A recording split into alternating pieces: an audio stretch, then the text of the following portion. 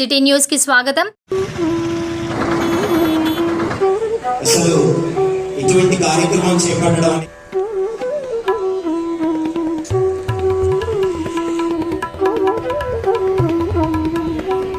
మరి చాలా కష్టపడుతూ వాడు అప్పటి నుంచి చాలా ఓపికగా చేసినందుకు వారిని అభినందించుకొని చక్కగా రాణిస్తున్నటువంటి మా శ్రీలత గారు సోదరికి వారికి అభినందనలు గట్టిగా.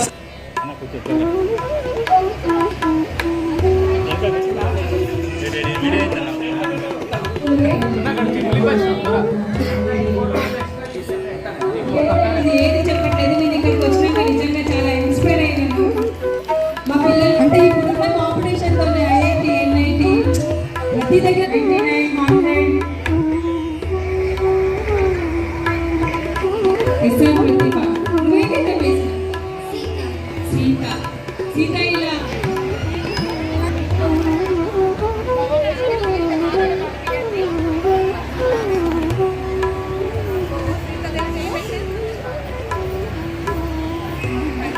ఎంత నెంబర్ 100 చెప్పు నీ పేరు. అటు చెప్పు నీ పేరు.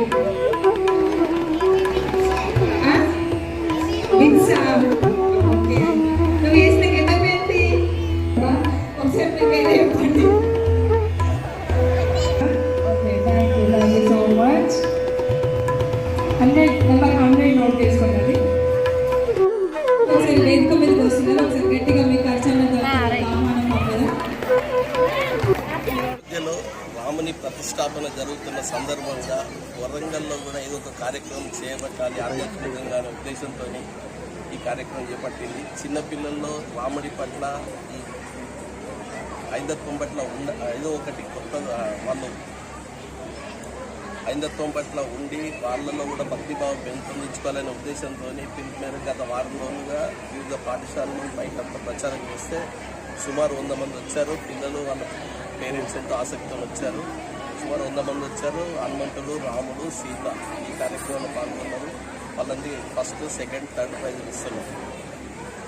ఈ కార్యక్రమాన్ని జయప్రదం చేసినందుకు అందరికీ కృతజ్ఞతలు.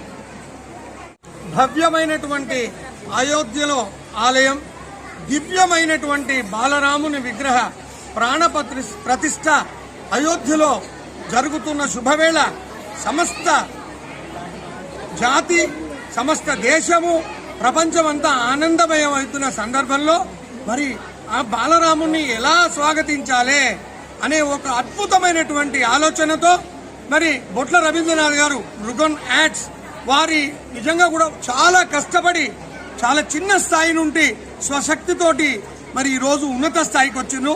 మన వరంగల్లోనే గుర్తించదగ్గ ప్రముఖులు. మరి ఈ ఆలోచన ఎలా అంటే రామ చైతన్యాన్ని పిల్లల్లో ఎట్లా కలగజేయాలి, ఏ విధమైనటువంటి కార్యక్రమం చేస్తే నిజమైనటువంటి సనాతన ధర్మ ఉత్కృష్టమైనటువంటి ఆ రాముని తత్వంలో తల్లిదండ్రులను గౌరవించడం ఎలా, ఈ విషయాన్ని తెలియజెప్పాలంటే ఒక సాగర మదనం చేసినట్టు ఆయన హృదయంలో మదించుకొని అరే నిజమే ఈ యొక్క వేషధారణ పోటీలు మరి పెడితే ఖచ్చితంగా పిల్లల లోపల రామ చైతన్యాన్ని, ఆ తల్లిదండ్రుల మీద గౌరవం పెంపొందించినట్టయితే మరి వరంగల్ నిత్యం స్ఫూర్తిదాయకం. ఎన్నో ఉద్యమాల్లో నుంచి మరి రాముడు ఇది కూడా ఒక ఉద్యమమే, ధార్మికమైనటువంటి ఉద్యమం.